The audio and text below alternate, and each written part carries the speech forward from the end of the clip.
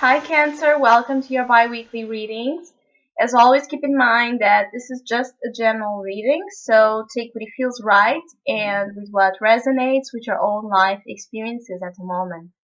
Also, if you would like a private reading with me, please contact me through the email I put in the description box below. So, Cancer, it seems that until now, of all the signs, you have one of the best light-hearted energies for this entrance into the new year because you have a lot of sweet childlike energy working here and really bringing forward as well your own natural element, water,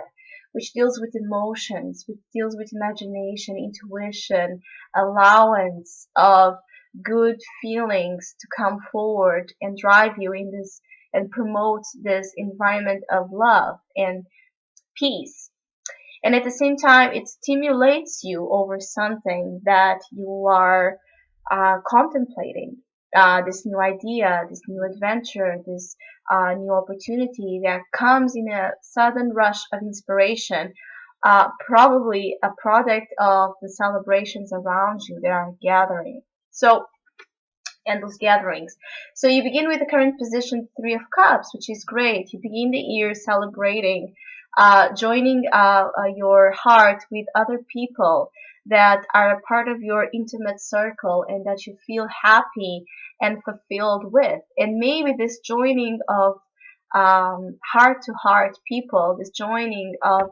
celebratory energy brings forward again the idea, the inspiration of the Page of Wands. There's this drive to something that inspires you to go on to go on towards a more like playful inspired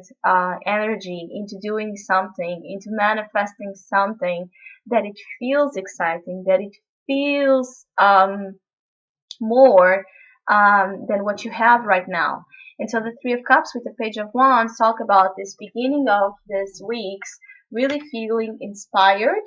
and with the desire to celebrate, with the desire to engage in social conversations and social stimulation, to really engage in exchange of opinions about an idea, a specific idea that you become very passionate about and very driving towards to create and promote a much more adventurous like energy into your life. And at the same time, this is a time that maybe you will be awakening a lot of your inner child. And with that will come a lot of memories and a lot of situations from the past connected with this that could bring as well some type of insecurities in terms of your needs at the present moment and what used to be your needs, your emotional needs in the past. Because crowning you, you have the Six of Cups, and this energy is very sweet and it's remembering the good old days. It's going back and realizing what used to simply, very simply, make your inner child, your inner joy, um, so happy and vibrant with just the simple expression of who you were and the simple expression of love. And so there's a lot crowning you. There's this advice to kind of go back in order to understand something of the present moments, which I believe it has to do with your insecurities, with your needs, with feeling empty, with feeling a lack,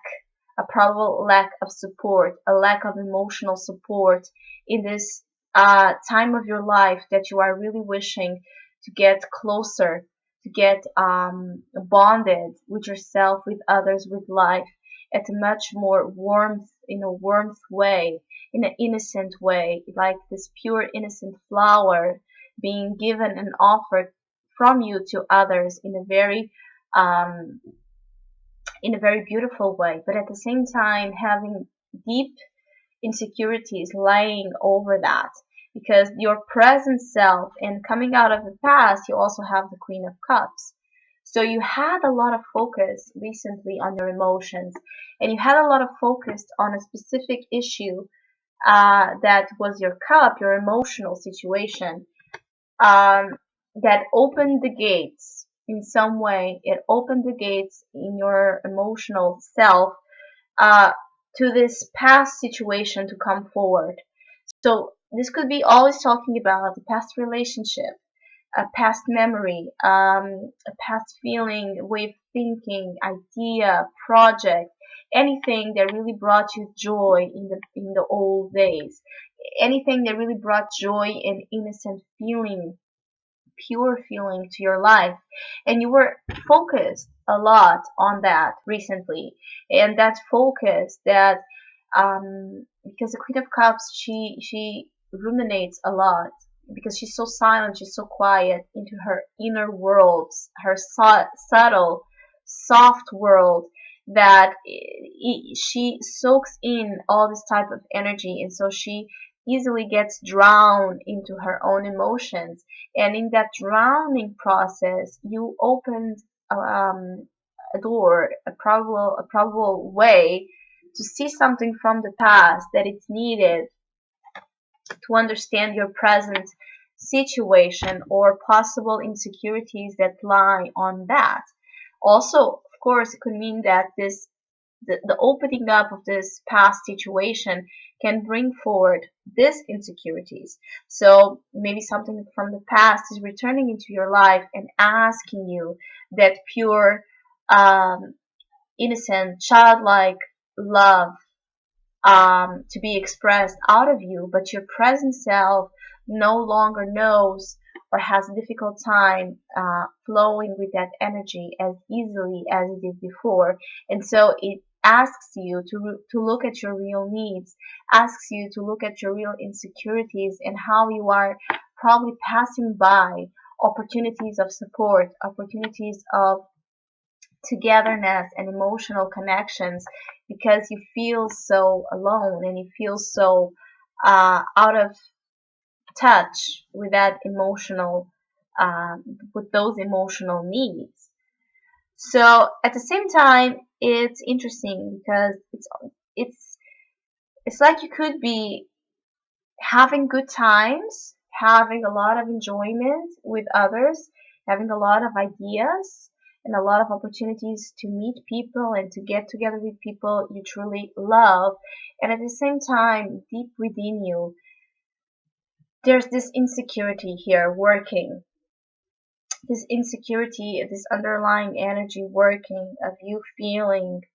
somehow disconnected with those people or those environments that used to give you emotional happiness. And that's why maybe you need to go